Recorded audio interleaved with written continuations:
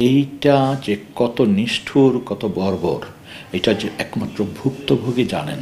আমরা পরিদর্শন এবং ভুক্তভোগীর কাছ থেকে কথা শুনে যেটা বুঝেছি, এটা আমরা কল্পনাও করতে পারি না। গত ১৫ বছরের গুম ও আয়নাঘরের নির্যাতনের বর্ণনা দিতে গিয়ে চোখ টলমল করছিল খোদ গুম সংক্রান্ত তদন্ত কমিশন সদস্য নূর খান লিটনেরই। বলছিলেন, তদন্তে বেরিয়ে আসা এমন সব বিভৎসতার গল্প যা শুনে গা শিউরে উঠবে যে কারো। যে সমস্ত সিক্রেট সেল আমরা দেখেছি, আমরা যে সমস্ত বন্দি ফেরত আসছে, ভিকটিম ফেরত আসছে, তাদের বয়ান থেকে, তাদের জবানি থেকে আমরা যা জেনেছি এটা ভয়ানক, ভয়াবহ।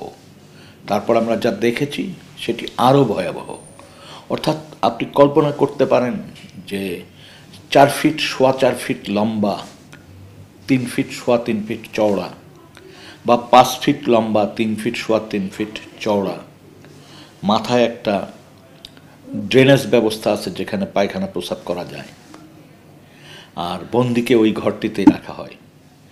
সেটা ছোট্ট একটা বাথরুমের চেয়েও ছোট, এবং বন্দিকে এখানে স্যাঁতস্যাঁতে জায়গা থাকে, অন্ধকার থাকে, আলো বাতাস বলতে গেলে নাই, আলোর তো কোনো সুযোগই নাই, আটকিয়ে দেওয়া হয় বিভিন্নভাবে, আর বাতাস সীমিত পরিমাণ প্রবেশ করতে পারে।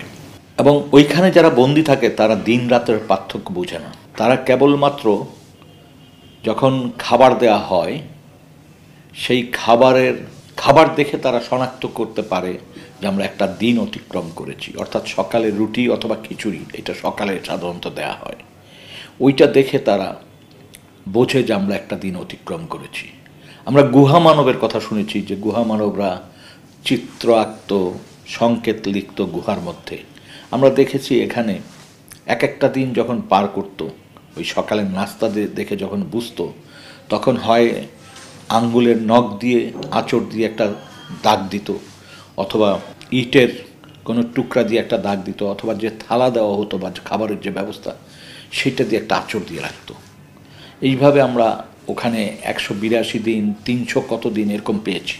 আমরা অনেক ডেট পেয়েছি ওখানে। আমরা অস্পষ্ট 2-1টি মোবাইল নাম্বার পেয়েছি, 2-1টি ক্ষেত্রে নামও পেয়েছি। মানুষ মৃত্যুর আগে যে আকুতি জানায় সেরকম মর্মস্পর্শী বক্তব্য পেয়েছি। যেমন কেউ লিখেছে আই লাভ মাই ফ্যামিলি, কেউ লিখেছে বিজয় সুনিশ্চিত, কেউ লিখেছে হে আল্লাহ তুমি আমাকে রক্ষা করো, কেউ সূরা লিখে রাখছে। এরকম নানান মর্মস্পর্শী বাণী বা বক্তব্য আমরা ওখানে দেখেছি।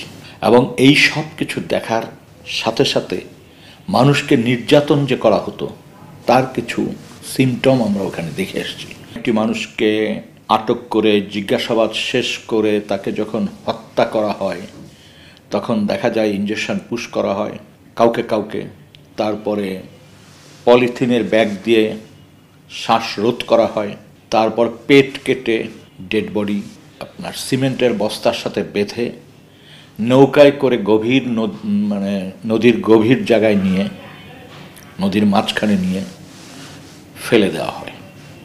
এবং এই ফেলে দেওয়ার কাজটি সাধারণত কিছু কিছু ক্ষেত্রে আমরা দেখেছি। পোস্তগোলায় একটা নৌকা ছিল, যে নৌকাটা সুন্দরবন থেকে দস্যুদের কাছ থেকে র্যাপিড অ্যাকশন ব্যাটালিয়ন র্যাব উদ্ধার করে, এবং সেই নৌকাটি ঢাকায় নিয়ে এসে এই গুমের মানুষগুলোকে, যাদেরকে গুম করে রেখেছিল, তাদের হত্যাকাণ্ডে ব্যবহার করে। অর্থাৎ নদীর মাঝখানে নেওয়ার ক্ষেত্রে এই নৌকাটি ব্যবহার হয়েছে।